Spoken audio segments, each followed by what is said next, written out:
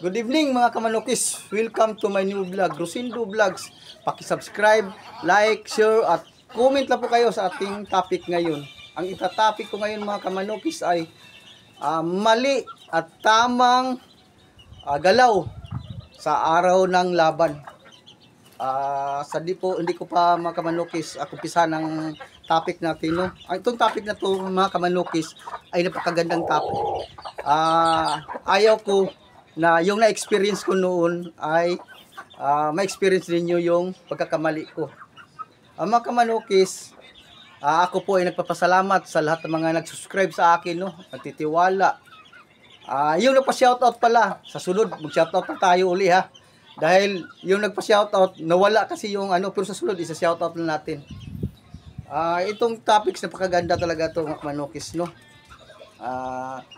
Mga kamanukis, ang unahin nating topic kamanukis ay yung maling galaw sa manok sa araw ng laban mga kamanukis. Ito kamanukis, natin kamanukis. Mga kamanukis, ito po mga kamanukis. Ito piniprikon ko ito kamanukis. Itong manok nito kamanukis sa araw ng laban. Tapos ang mali talaga ang galaw nito kamanukis. Kapag itong manok nito, ay alam mo ba yung kamanukis yung parang nagwala? Parang gustong lalabas dito sa 3x3.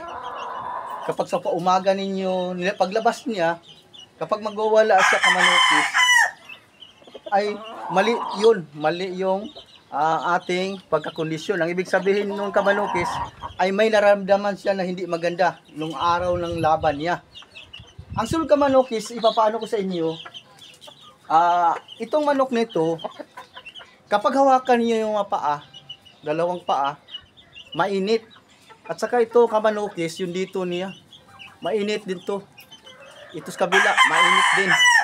Kaya nga mga kamanukis, kapag yan na ang maano ninyo sa manok nyo sa araw ng laban, wag na ninyo ito itutuloy. Sigurado yung kamanukis, matatalo siya.